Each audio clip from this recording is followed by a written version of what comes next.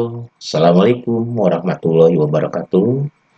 Kita bertemu kembali pembahasan di bab 3 pada materi pengaruh positif dan negatif terhadap perkembangan iptek, yang sekarang kita masuk kepada materi yang ketiga, yaitu bagaimana sikap selektif warga negara terhadap kemajuan iptek.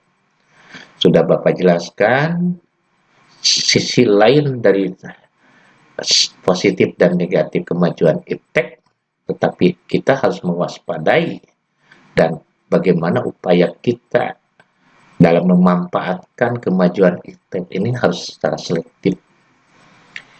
Yang pertama, kita pahami dulu bahwa kemajuan iptek, sekali lagi Bapak jelaskan, harus diselaraskan dari asas kemanfaatan secara positif untuk kita ke depan yang lebih baik, ya. Apalagi kalian adalah sebagai generasi muda harus mewaspadai, ya, unsur-unsur yang bisa menimbulkan bahaya buat kalian apabila kalian menyalahgunakan secara buruk. Penyalahgunaan perkembangan iptek ini dapat berdampak, ya, tadi katakan keburukan, tidak hanya sekedar merugikan diri sendiri, juga bisa menimbulkan pula adalah orang lain, bahkan sampai yang lebih besar bisa menjadikan sebuah ancaman suatu negara. Gunakan kemajuan iptek secara selektif dalam menumbuhkan jiwa karsa kalian selaku generasi muda, cita-cita ke depan yang lebih panjang dari aspek kehidupan, manfaatan dengan sebuah kebaikan demi kemajuan dan harapan cita-cita kepada kalian. Bagaimana selektif perkembangan iptek yang lebih khusus ini kaitannya dengan masalah komunikasi, ya, terutama di keluarga.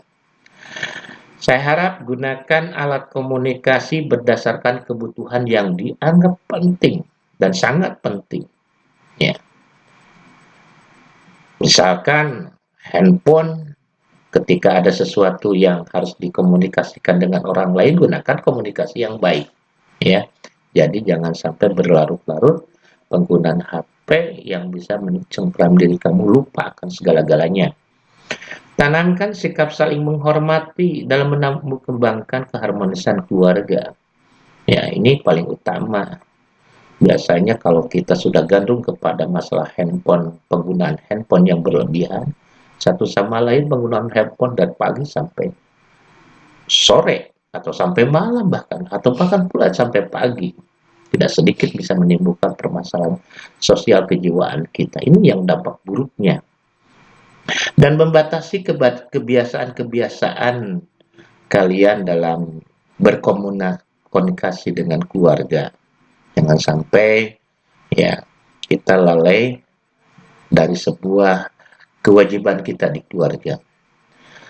Lalu bagaimana selektif perkembangan iptek di sekolah? Gunakan internet yang memperluas wawasan keilmuan dan peningkatan prestasi. Ya, itu jauh lebih penting.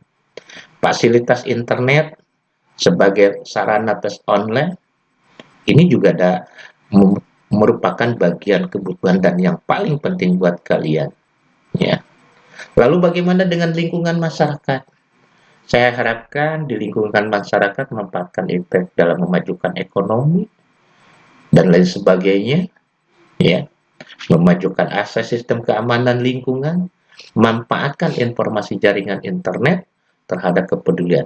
Lalu dengan berbangsa dan bernegara, pajukanlah cita-cita bangsa sebagaimana amanat dalam Undang-Undang Dasar 45, yaitu memajukan kecerdasan kehidupan bangsa. Cerdas sejajar dengan bangsa dunia, itulah harapan kemajuan iptek yang dimanfaatkan. Memajukan bangsa dalam mengenal budaya negara luar dan menjalin hubungan luas dengan negara lain pula. Selamat buat kalian lanjutkan tugas berikutnya. Terima kasih. Assalamualaikum warahmatullahi wabarakatuh.